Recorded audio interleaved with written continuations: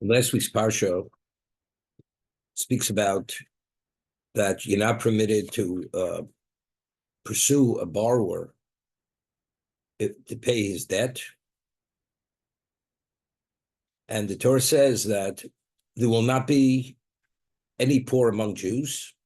You will lend the non-Jew and you'll pursue the non-Jew, because the Jew will not, there will not be no needy among Jews. Then it says, and there will be no lack of poor people. And as a result of that, when you lend that person money, you should not pressure him if he does not have the money to pay the debt. So Rashi cites the Gemara. We have this Gemara above Mitzvah. And first it says there will not be any poor. Then it says there will be poor. So how do we reconcile the two situations, the two psukim? So Rashi cites the Gemara. The Gemara says, if the Jews behave and do the will of Hashem, there will not be any poor among Jews. But if but if they're not doing the will of God, then there will be needy Jews, and therefore they'll have to borrow from one another, and so on and so forth. And then afterwards, the Torah tells us there's a mitzvah of tzedakah, and there's a negative commandment, there's a positive commandment. You should not withhold your hand from the poor when he asks to borrow. And it says, you should open your hand for the poor, because there will be no lack of poor people. And then the Torah concludes, Biglal Zos, because of that, you should assist the poor. Take a look, Tezvav Zayin. Tezvav Zayin, last week's parsha. Kiye b'cho evyon me'achad alchecha ba'at shorecha.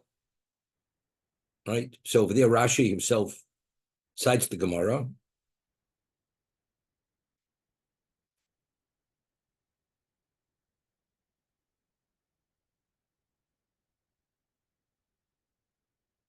Then it says you should not withhold giving him. You should give him, and you should not feel bad in your heart when you give it.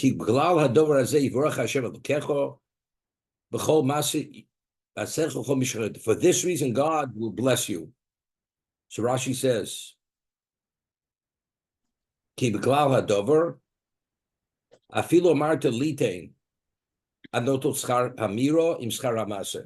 even if you say you're going to give, even before you give, you're already credited for giving. Okay? Here the Torah is telling us there will not be any poor, then there will be poor. How do we reconcile the two? When you owe some there will be no need to lend, to give charity to the Jew. But if there will be, when then it concludes, and for this reason you should give him. So what is the Torah telling us? The Torah is telling us in a situation where we're not osir mokom, Hashem gives us the opportunity to be able to give tzedakah. Meaning, the mitzvah of giving tzedakah is to compensate for the shortcoming that we have in our spiritual so-called toolbox. Here we're at a certain level that you don't need that mitzvah. It's not necessary to give tzedakah to the poor, because there's not going to be any poor. Why aren't there going to be any poor? But if the Jews are dragging their feet because they're not doing Ritzon Shalmokum, then the mitzvah comes into play to help out the poor, because now you have to compensate for where you're not at. That's what the Torah is telling us. So what I thought about when I was reading it, we had similar things before. Before the Chet Egel, when we brought the communal offering every day, the Tom Shel Shach, Tom Shel Ne'erbayim, it was just an animal. It was not with a meal offering. There were no libations. After the Chet Egel, the Tamid, the communal offering, the daily communal offering now is accompanied not only the animal, you have to have the meal offering with libations to accompany it. After the Chet Meraglim, but on a personal level, if you bring a ola, a burnt offering, doesn't have to be accompanied with that.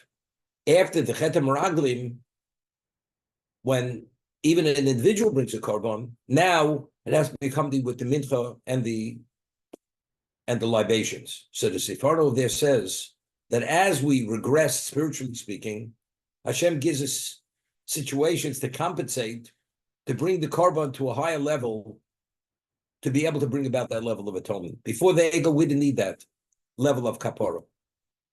The animal was alone to bring about that kapara that was needed. As a result of the Chet Egel, we're more needy for kapara. Therefore, the korban tamid has to be broadened.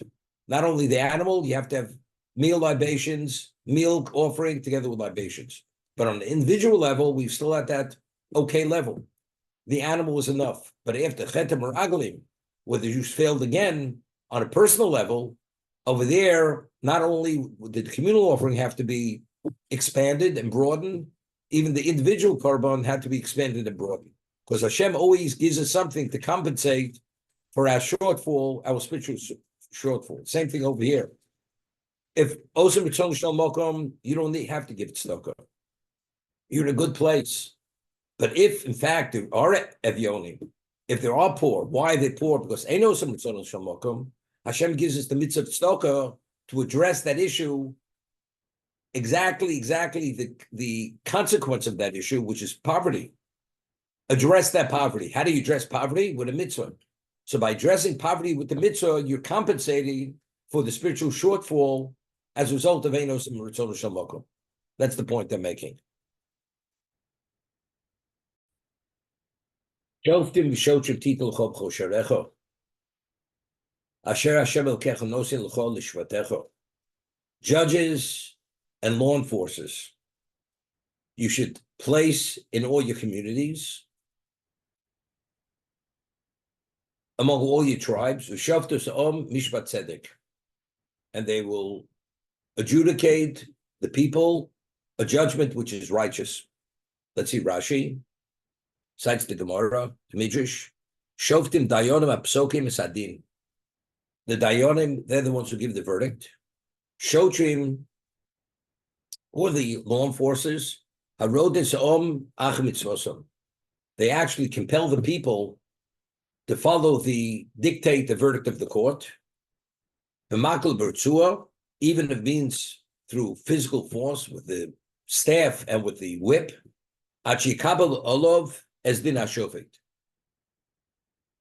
to compel them to accept the judgment of the court. That's the law enforcers.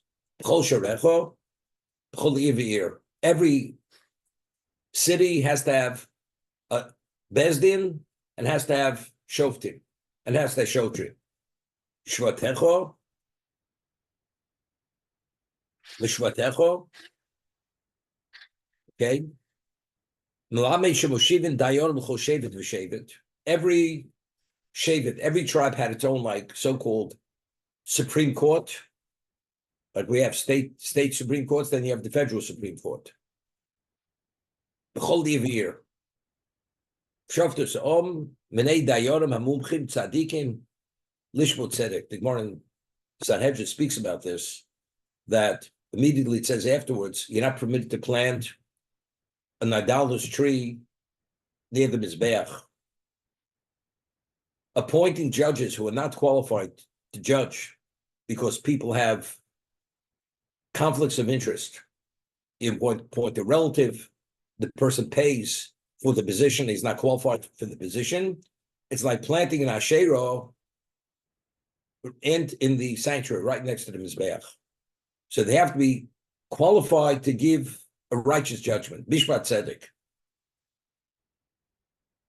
So I asked the question, in the past, we've asked the question, what differentiates between a human being and every living species? Every living species that exists, its function is based on instinctive behavior, has no choice to behave other than the way it's meant to behave. But a human being has what we call bechira. We have free choice. We could always we have certain instincts, but we could always override the system. But much of our behavior is determined by what we want to do. Why did HaKadosh Baruch Hu endow the human being with bechira? So the Rambam explains Nechus Tshuva, and all the other commentators and Svarim explain, because the purpose of existence is what? is to perfect ourselves. And perfecting, bringing about a level of shleimus, of perfection, it's all determined by our own decision. Because if we would do it naturally, it's not attributed to ourselves. The only way it's attributed to ourselves is because it's only due to our initiative, whether we do the right or the wrong. Because since we didn't have to do the right, and we only did the right because we chose to do the right, the action which is positive is attributed to us, is a credit to us. When you do the wrong thing, one is not compelled to do the wrong thing. It's all because we chose to do the wrong thing. Therefore, we have liability for doing the wrong thing. It's the words of the Rambam Hilchos Tshuva. Okay? So if that's the case, you have shoftim in every community and law enforcers. Now, how many members have to be in the community to have a bezdin? Now, the different kind of boti dinim. There's a bezdin of 3, which is called bezdin. Then you have what we call the Sanhedrin Ketana, which is comprised of 23 judges. Then you have the Sanhedrin Gedola, which is comprised of 71 judges. A bezdin, which is comprised of 3, could issue penalties, monetary laws, and even to give lashes. That's a bezdin of 3. Person is forewarned not to violate a negative commandment. He crosses that line, he's subject to malchus. 23 are able to actually adjudicate cases which are subject to the death penalty. That's even 23. Every city which has as few as 120 people has to have a bezdin. There's another opinion in the Mishnah in Sanhedrin. This question either 120 or 240. But if you have 240 members, Jewish people living in a city, in a community, it could be a little village, you have to have a bezdin. Now, what is the reality? If a person eats not kosher food, not kosher meat, and he's forewarned, and he acknowledges the forewarning, and he violates the losasa, what's he subject to? The malchus. What is malchus? Malchus is there's a medical evaluation of the person. How many lashes could he tolerate? Maximum, you get 39. But if he cannot tolerate 39 because he'll die under the whip, there's a medical evaluation that he gets as many up to that number that he's able to tolerate. Because the Torah says, that after he finishes getting the lashes, he'll be ochicha, he'll still be alive. But if he dies, he's going to die under the whip. That's not the understanding of malchus. If a person is whipped to that degree, do you understand the level of incapacitation? He's incapacitated for a year, 2 years, 3 years. He's whipped. Who in his right mind will eat a kazayas of non-kosher meat, or person's a nazir, drink a revius yayin, or violate any negative commandment, which has even more severe liability, the death penalty? Every koreis has a losase, gets malchus. Who would do such a thing? So seemingly setting up such a judicial system with law enforcement, it's actually undermining and compromising the range of our free choice. A person doesn't have much choice. A person is not supervised or supervised to a lesser degree, doesn't have such serious ramifications. Understand, you have plenty of leeway. But if you're literally put into this tight little box, what's the range of your free choice? It's very limited. Would a person even consider committing murder or eating on Yom Kippur? Anything. So you'd say, well, you really have to do it behind closed doors, and whatever it is, that's the only way you get away with it, to sin on the QT. But anything which is known to others, and there's a mitzvah of arevus, as we'll read later, every Jew is responsible for the other Jew. People are going to what? Are going to be concerned, and word's going to get out. Once word gets out, the person's goose is cooked. But yet the Torah institutes that this is the infrastructure of every village or every little town that has 120 or 240 people. How do we understand it? Originally, HaKadosh Baruch Hu wanted to create the world with midas hadin, with an exactness. Then afterwards, he saw that since man is inclined to, or prone to fail, the world will not survive it. Hashem's exactness of judgment, the world couldn't survive it. So we coalesced into the judgment, Midas HaRachmi. Okay? But what would have been, why was Midas HaDin so preferable? It's not applicable because the makeup and the inclination of man, the evil inclination. Because if you have Midas HaDin, you have a perfect society. You have a perfect world. Anybody who's going to be punished, he only has to be punished once. You speak Lashon Hara, for a month, you lose your power of speech. You steal, your hand becomes paralyzed. Or whatever, some kind of immediate consequence. That's the Midas HaDin. That's the harshness of Midas HaDin. You realize if there's such a law enforcement on a spiritual level in place, these are the immediate ramifications, you're going to have a perfect world. People take heed, they're not going to cross lines. That's Midas. The world couldn't survive it. So Hashem gave this area of supervision over to the terrestrial courts. That's the Bezdin. So the Bezdin has to have a semblance of the original Midas HaDin. Just as the original Midas HaDin was an exact system, you have nobody failing. Because if you fail, you have the consequence immediately. Identically, what compensates for that is the terrestrial Midas HaDin, the Bezdin. So the Bezdin has to have a similar profile as the Midas HaDin of Hashem. But of course, it's not as extreme, it's not as harsh. So how do we understand it now? I just want to show that the Midas HaDin of Bezdin, because the court, din is din. If it's monetary and the defendants want to mediate, they have to agree for mediation. But anything between Hashem and God, person wants to steal, person wants to violate Shabbos, eat not kosher, that's etched in stone. You can't do that. And the person will be reined in on and will be punished as he has to be punished. Only if he's forewarned. But that's a semblance of Midas HaDin of Hashem. Last week we read in the Parsha, Bonam Atem L'Shem Elokechem. Hashem says to us, you are my children. So the Midrash, and Hashem says, Moshe Rabbeinu says, the name of Hashem, as a father disciplines a son, identically Hashem disciplines us. So Or Chaim HaKadosh over there explains, if a Jew crosses the lines, he's immediately punished. Even divine retribution.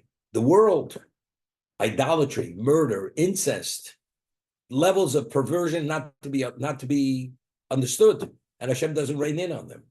Why us? Why does he rein in on us? And why not the world? So the Torah says, Moshe Rabbeinu says to Klal Yisrael, Kasher Yasir Ishis Beno, as a person disciplines his son, that's the way Hashem disciplines us, because we're his children. The world is not his children. He will not tolerate behavior among his children what he tolerates with the world, because the world are not his children. I mean, they're his creations. But the standard that he holds us to and the world is a different standard, because we're his children. Mm-hmm. Therefore, person has the ability to commit murder, do many things. But Hashem says, I don't want that to be within your range of choice. Of course, you could do it. If you do it, you have to be semi-unbalanced to do it, because the consequences are so severe. And we had last week, if you do certain things, it's done publicly, the penalty is made known, that people should take heed and learn from that if they cross that line, they'll have the same thing. Endless forewarnings. Deterrence, even when one does something which is unconscionable, which is unheard of. You have to be irrational, everybody, it should become public knowledge that it should be the ultimate level of deterrent, because he doesn't want us to cross those lines. Because murder, that's for them, that's for you. Incest, adultery, that's for them, that's not for you. What's for you is, so where's Bechira? How does Bechira manifest itself? So Bechira manifests itself. Why a mitzvah shlo l'shma? Why does it have any value? If you do a mitzvah with an ulterior motive, really, you should even be punished. But yet we're accredited for a mitzvah shelo l'shma. Why? Because the Gemara says, "Bitoch shlo l'shma bo l'shma." Because the value of shlo l'shma has the potential to bring you to that more advanced level. So Hashem accredits us even shlo lishmot for that. You put on tefillin because you don't want to be punished. Or you do many things, not for the right reasons. Doesn't make a difference. You're accredited. But at least you're living an appropriate life.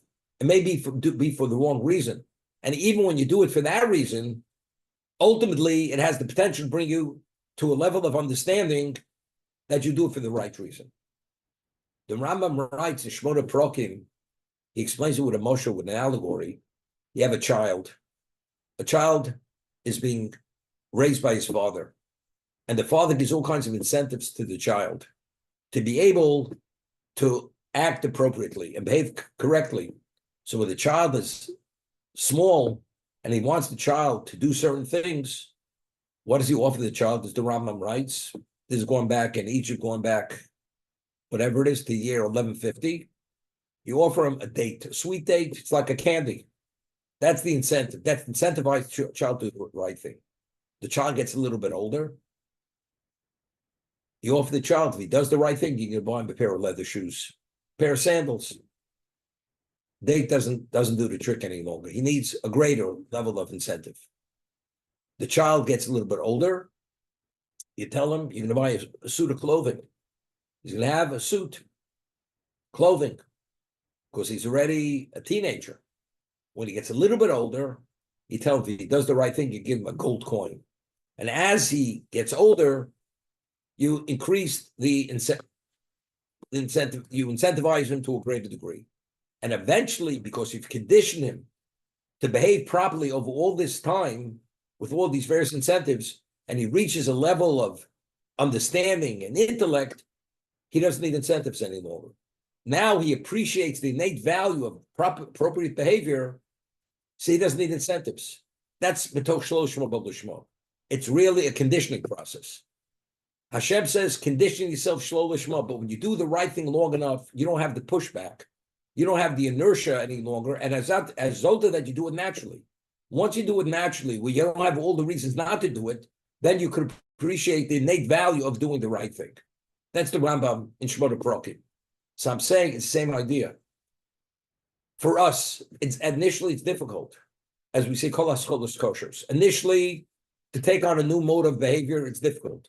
But over time, when you condition yourself to do the right thing, you begin appreciating the value of doing the right thing rather than doing the wrong thing. Without saying there's still some level of temptation, but it's under your control. But if you can do whatever you want, then you're out of control. When you're out of control, there's no telling where you can end up. Hashem says, that's not for me. That's not for my children, because and therefore, as a father disciplines a child, it's not to hurt the child. It's only to put the child back on track. Identically, when Hashem punishes us, it's not to destroy us, but rather to bring us to a level of realization that that behavior is unacceptable. Why is it tzaddik v'tovlo and tzaddik v'ralo? Yeah, some tzaddik, Hashem gives him a very good package in the material sense. And you have a Rasha, his life's a disaster in the material sense. Rasha v'tovlo, Rasha v'ralo, and Rasha the same idea. Why? You see, because it's not so simple. It's to create a context of choice. You say there's no rhyme or reason. If it's tzaddik, if one does only the right thing and you're rewarded and compensated continuously, it's obvious. You do the right thing. And if you do the wrong thing and there's continuous punishment and extreme suffering, who's going to do the wrong thing? Therefore, Hashem has tzaddik v'tovlo, tzaddik v'ralo. You say there's no rhyme or reason. And the Rasha too. You have Rasha Ralo, Rasha Tovlo. So you see, it's not because he did the wrong thing. That's the reason why he's being punished, because you have a Rasha. He may be even more extreme in the negative than the other one, yet it's Tovlo. So God creates a setting where you have to be able to have an understanding that it has nothing to do with the consequence in the material sense. And you have to come to certain levels of understanding, despite one's physical predicament. Moshe Rabbeinu asked the question. He asked a number of questions. One of the questions was Tzadik Viralo, Tzadik V'Tovlo. Hashem says, you're not privy to that information. Now, why wasn't he privy to it? Conceptually, we can understand it because what's the answer to our question we just asked? Tzadik Viralo, we understand. Shlomo says in Koheles, Ain't Tzadik Lord Sheyas Tovlo Yechto. There's no perfect Tzadik. Everybody has debt to pay. So that's Tzadik Viralo. So it's understandable. His life can't be perfect. He's paying debt. But Tzadik V'Tovlo, how do we understand that? So the Ramchal explains, every person has a very specific type of objective mission in life. Certain people, because their mission is to function in a certain capacity, to be influencers, to be in a certain position of accomplishment, you have to have a superior intellect. You have to have a certain level of health. You have to have vigor. You have to have stamina. You have to have charisma. You have to have wealth. Right? You work for a company. The company, you're on the company's account because you host certain kinds of clients. It has nothing to do with your personal wealth. The company provides to be able to be effective in your capacity and whatever your responsibility is as an employee of that company. Hashem provides all the means to facilitate your objective, whether it's wealth, intellect, health, everything else. The people the connections you have, that's all provided by Hashem. That's Tzadik V'Tovlo. It has nothing to do with the person's record. That feeds straight into what your destiny is supposed to be, to accommodate and facilitate that destiny. But Moshe Rabbeinu asked, and the Ramchal says this, it's not why. The why we understand is we just explained. The question is, but why does Hashem choose this person for this objective and that person for another objective? So that, Hashem says to Moshe Rabbeinu, that has to do with the profile of the neshama. Every neshama needs a degree of tikkun, needs different levels of challenges. And based on that challenge, you'll be able to bring about perfection for that soul. Certain souls need poverty. They need suffering. Despite the suffering, they succeed. That brings shlemus to that neshama. Another neshama needs other things. Despite the temptation, or you need that level of accomplishment to affect and influence others. That soul can only be perfected only through that type of initiative. Moshe said, but why is this soul this and that soul that? Why does every soul have different type of makeup? And how do you choose which soul is this or which soul is that? That Hashem says, you're not privy to that. But conceptually, the concept of Tzadik V'Ralo, Tzadik V'Tovlo, it's not difficult to understand, as we just explained. That's the Ramchal. Rambam quotes a pasuk from Shlomo. He says, "Chor borecha b'yom b'churesecho." You should remember your Maker when you're in your youth. When you're older, where the temptation and the drives are not as severe, and you do tshuva, qualitatively, it's not the same tshuva as doing when you're a young person. When you're a young person, the Rambam writes Nechus tshuva. When you sin and you do tshuva, then that's considered quality tshuva. Why? Because despite the temptation, despite the overwhelming drive that you're able to rein in on yourself and recognize, that's called quality tshuva. When you get older and you, relatively speaking, incapacitated to do, and you're not able to do, or you don't have the drives to recognize that at that level, it's a lot simpler. So therefore, you're not really addressing the sin when the sin was transgressed. As a result of that, qualitatively, that's not tshuva shlema. That's not a complete tshuva. But when you're younger, you do tshuva, that's called tshuva shlema. That's a complete tshuva. And that's what it's all about. To recognize something when you're young, it's much more difficult. Because the conflicts are so overwhelming. And therefore, because of that, you have to have the environment. The environment is shotrim u'shotrim. The Rambam says in Hilchos Deos, very interesting, that there's no more impressionable creation than a human being. A human being is very impressionable. You expose them to positive, he will behave positively.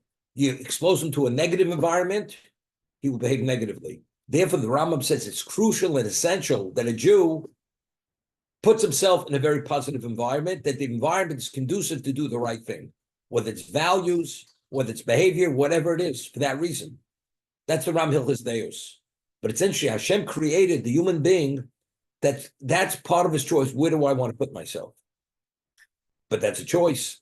So it's very good now. When you have this kind of environment, this kind of infrastructure, that you don't have much wiggle room, it's not you being forced. You're not being forced. Because of the environment, now you have the ability to appreciate, because you don't have the distractions and temptations, you could appreciate exactly what the right thing is. But if you allow yourself to be exposed to others, and it's like you've actually inflamed the temptation, then you have a chance of what? Of getting out of control. So it's not really Hashem's putting us in a straitjacket, just the opposite. Somebody once said to me, this is the, professed atheist. If there is a God, why does he mistreat the tzaddik? The tzaddik has limited on many things in the physical world. If he's the tzaddik, Hashem should treat him like a prince. So I said to this person, I said, it's interesting. You have a home in Westchester, you have a home in the city, you have a home in Central America. And you travel whenever you choose to travel. And your problem is the tzaddik. Why is Hashem mistreating the tzaddik? I said, why don't you ask the tzaddik if he feels mistreated? You ever have a conversation with a tzaddik? Does the tzaddik feel denied? He doesn't feel denied. Because the tzaddik, in his mindset, in terms of his environment allows him to appreciate fully what he's doing. And everything else is totally superfluous and distraction. He's not interested in that. It says in Pirkei Avos, Mar b'dachos, Mar b'daga. The more you have, the more headache you have. The key in life is what? To be focused, not to be distracted. And if a person is in an environment where he's not distracted with many things, you can have an appreciation for what it actually is. Although it looks like you're being denied, that's not called being denied. We find that Reb Chanina ben Dosa, we learned it in the Maral. The Mishnah says in Pirkei Avos that if a person learns Torah bitoch dochak, where you're deprived, ultimately you learn Torah bitoch osher, in a context of wealth. So the Maral asks, so what about Reb Chanina ben Dosa? Chanina ben Dosa, there's a baskol that comes out every day called Om Kulo Nis Mishul Chanina Beni. The world is sustained in the merit of Chanina ben Dosa.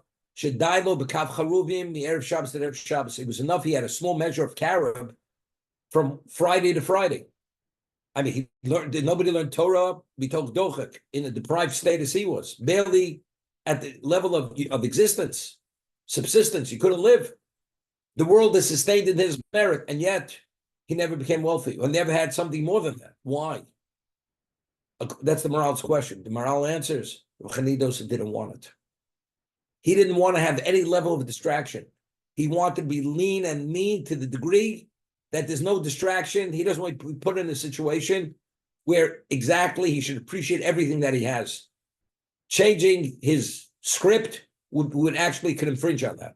He didn't want to be put in that situation. That's the Maral. Speak about Golos, exile. You think exile, its consequence is only in the physical anti-Semitism? The Jew is discriminated against. The main negative effect is our spirituality. The environment's not the same environment. It's not as conducive as it was. When everything was in place, like it says, we'll have later, when there's a mitzvah, Alisa Regel, we'd go to Yerushalayim 3 times a year. When non-Jews would go there and they would see what's going on, it was so inspirational. They were so touched, they would convert to become Jews. So if you have that experience available to you 3 times a year, and even during the year, you could visit the Temple Mount and see the royalty and the princeliness and the holiness of what Hashem is. You're amazed. I mean, there were 10 miracles that took place in the Beis Mikdash every single day. Miracles. And you were able to be privy to this. Yeah, you had an opportunity to be touched in many ways. I had a conversation